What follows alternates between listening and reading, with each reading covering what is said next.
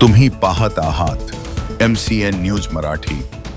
वाशिम ग्रामीण पोलिसांनी बनावट नोटा प्रकरणात कारवाई करत 6,50,500 रुपये किमतीच्या बनावट नोटा व स्कॉर्पिओ वाहनासह एकूण 21,50,500 रुपयांचा मुद्देमाल जप्त केला आहे।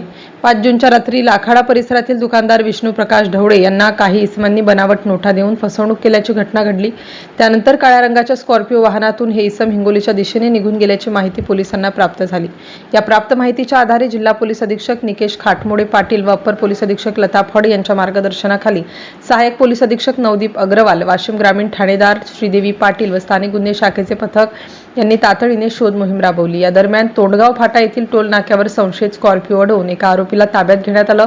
या प्रकरणी आरोपी आशिक अली मोहम्मद मुजाहिद वय 21 वर्ष राहणार राजस्थान याच्याकडून चिल्ड्रन्स बँक ऑफ इंडिया नावाच्या 500 रुपयांच्या बनावट नोटा जप्त करण्यात आल्या। या कारवाईत 1301 बनावट नोटा व 15 लाख रुपये किमतीचे वाहन असा मुद्देमाल जप्त करण्यात आला आहे। या प्रकरणी वाशिम ग्रामीण पोलीस ठाण्यात गुन्हा दाखल करण्यात आला असून पुढील तपास पोलीस उपनिरीक्षक राहुल गंदे करीत आहेत।